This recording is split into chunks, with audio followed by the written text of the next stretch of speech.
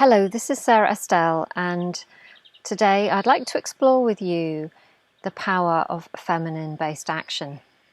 Now, if you're anything like me, you might have spent times of your life, and maybe even do now, when you were rooted in masculine type action.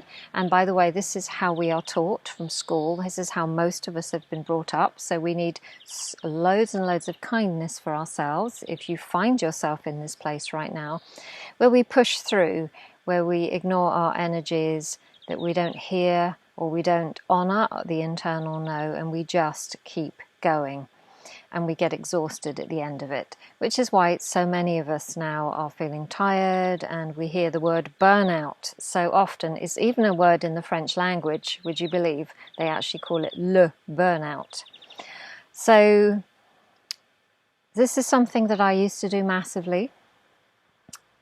I may catch myself on the verge of it nowadays, but generally speaking now, I have an inner wisdom that won't let me go past those stages.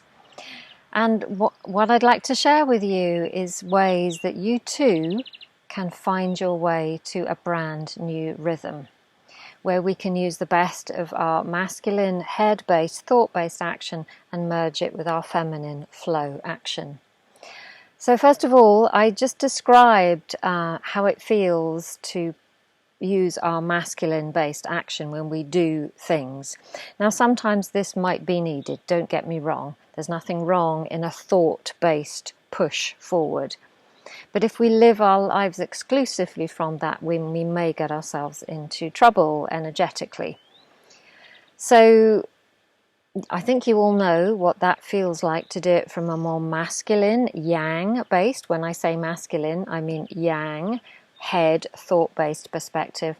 So how does it feel if we do it from a more yin, feminine-based perspective? Now, my experience has kind of shown me that many people think that a more feminine-based action is a kind of doing nothing, whereas actually a feminine-based action is based on flow. So just consider the power and the energy that moves through a woman when she births. There is nothing more powerful in the world than a woman who is birthing. Now, of course, we think about birthing children, but this, if we look at ourselves as energy beings, this also relates to us as powerful birthers of anything into the world. And this can include your business or anything else that you're looking to manifest. So the ways that I have done this and nurtured this flow in my own body is, first of all, is to look at the seasons of the year. Look at the energies of the seasons of the year. So summer is expansive, winter is more contracted, autumn is about letting go, spring is about an uprising. We have that also reflected in the lunar cycles. So we understand that there are single person. So it's about you starting to go back to how nature intends us to be, and that's just literally working with the flows of energy that run through all of us all the time. And then when you get that really feeling that in your body, and it doesn't take so long to do that if you do it every single month. For example, if you respect new moon and full moon and you start to journal how that feels. So that's a very feminine way of just feeling the energies and how they move through us, and at which points of the time that you are most primed, if you like, to move, and it might not be what you think. And then when we bring that, so we have the round circular flow of the female energy, and when we bring that into an alignment with a more plan, yang style, sequential type action of putting things into motion, we get a beautiful synergy of holistic energy.